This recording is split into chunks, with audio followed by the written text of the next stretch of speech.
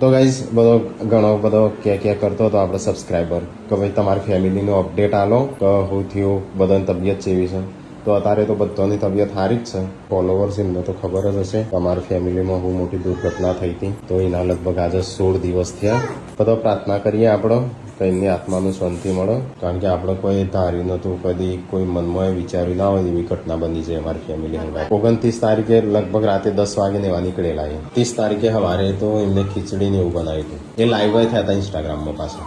અડધો કલાક આગળ ગયા દિલ્હીથી લગભગ 100 કિલોમીટર જેવું દૂર મુઝફ્ફરનગર. સીટ બેલ્ટ પહોંચી હતી ને બધી એરબેગ ફાટી જઈ હતી. તો ગાડી 4 જીવતા હતા.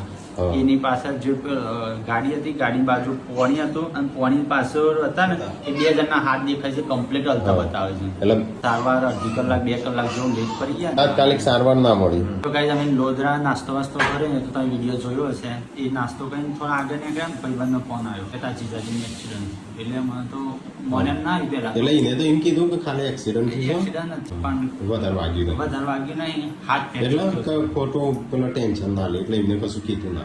એમને ખબર જ હતી. એમને ખબર હતી પણ અમને કીધું ને એટલે અમે પેથાપુર પહોંચ્યા ને પછી આપણે પ્લેટ ઉપર પહોંચ્યા અને પછી 2-3 જગ્યાએ ફોન કર્યા. સમાચાર ને આ તો બહુ ફ્રોડ થઈ છે ને એ બધા બોલ નહીં આવતા જે આવું થયું.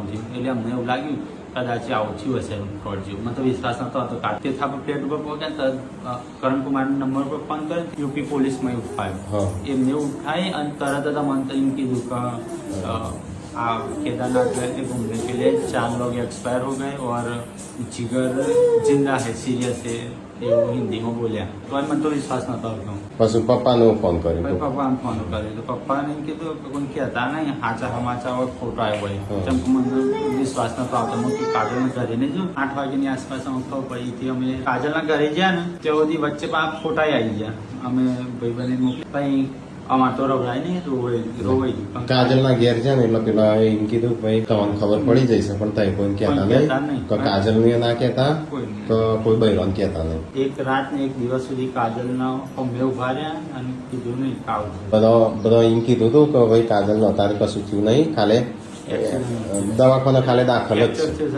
હવે કાજલ ના આપણને ખબર હોય કે ભાઈ આવું થયું છે અને કાજલ આગળ ઇન્દમ જઈને ઉભા રહેવાનું થાય. પેલા કે બોલતા નહીં, કશું કહેતા નહીં. જો પ્લેનમાં લાવવાના હતા રિટર્નમાં તો પોસ્ટમોર્ટમ રિપોર્ટ નતો આવ્યો. 40 કલાક જેવું થાય એટલે 3 દાડા જેવું થઈ જાય. 3 દિવસ સુધી પછી એમ્બ્યુલન્સ થ્રુ લાયા. કાજલ નું તો જાણ ખબર પડી. બીજા દાડા સવારે પપ્પાને આયા મળવા એના પહેલા જ કોકને કહી દીધેલું.